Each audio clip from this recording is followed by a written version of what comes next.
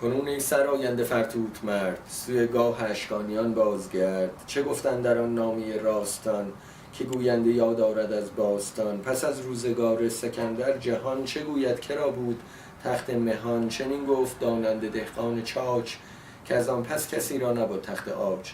بزرگان که از تخم آرش بودند، دلیر و سبکسار و سرکش بودند.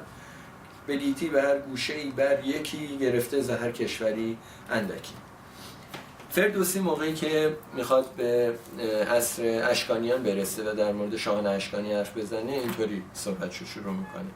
نویسندگان بعدی مثل طبری هم میگن که یک دورانی بود که شاهان متفاوتی بخشای گوناگون ایران زمین رو در اختیار داشتن و به همین خاطر به اون دوره میگن دوران ملوک و طوایف، یعنی شاهانی که از طایفه ها و گروه های متفاوت بودن.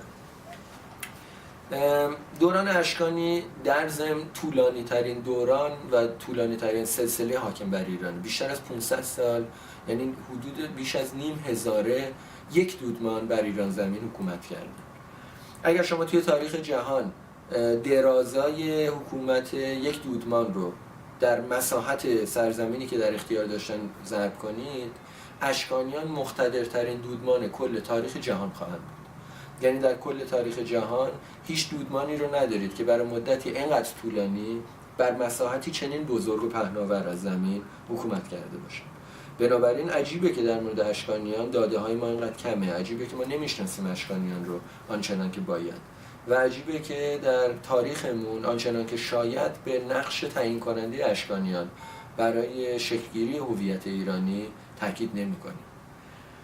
در مجموعه تاریخ تمدن ایرانی که با چارچوب سیستمی در مورد در واقع بازخوانی سیستمی از تاریخ ایرانه، جلد 4 که در واقع یک میان پرده‌ای بین دوران ساسانی و هخامنشی محسوب میشه، کتابی هست به نام تاریخ سیاسی شاهنشاهی اشکانی.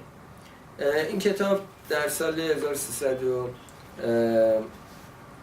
در واقع تاریخ دقیقش رو بهتون بگم، در سال 93 توسط انتشارات شورآفرین منتشر شد و نسبتاً کتاب حجیمی بود، شکل چاپیش 750 صفحه حجم داره.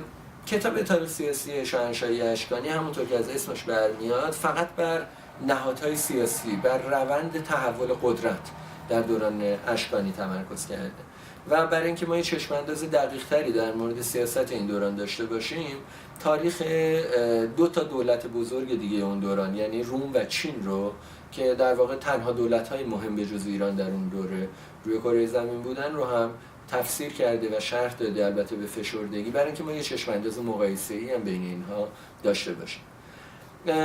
موقعی که این کتاب رو میخونید متوجه میشید که اگر واقعا منابع باستانی رو همه رو کنار همدیگه به شکل میان رشته‌ای و سیستمی تحلیل بکنیم، میبینیم که خیلی از پیش‌داشت‌هایی که در مورد دوران اشکانی و در مورد دوران سلوکی داریم کلا نادرسته.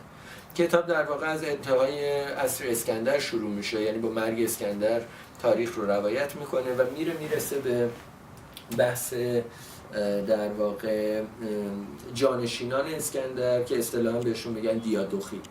در دوران جانشینان اسکندر برخلاف آن تصوری که وجود داره توی کتاب نشون داده شده که در ایران یک دولت جایگزین هخامنشیان، یعنی یه دولت سلوکی فقط وجود نداشته، بلکه 5 دولت ما داریم که هر کدوم قلمروهای مشخصی دارن. یکیشون دولت سلوکیه که اتفاقاً از بقیه نسبتاً حاشیه نشین‌تره، فقط بابل و سوریه دستشه و دولت پایداری هم نیست.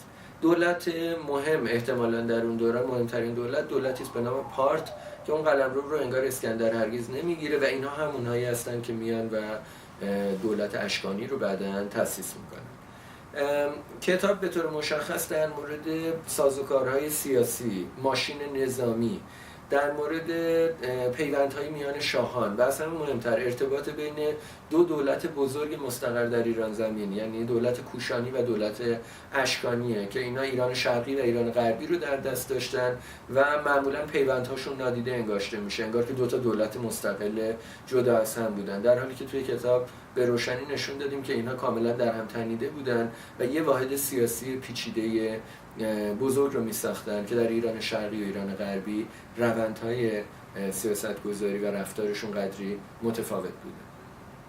اگر علاقه‌مند به دانستن تاریخ اشکانیان هستید، کتاب قاعدتاً به درتون میخوره. کتاب خیلی روزآمده، یعنی تمام منابع جدید تاریخی، کتیبه های نویافته، بحث های سکه شناسی همه درش مطرح شده و در این حال که کتاب تخصصی دانشگاهیه، فکر میکنم برای مخاطب عام علاقه‌مند به دوران اشکانیان هم قابل استفاده باشه.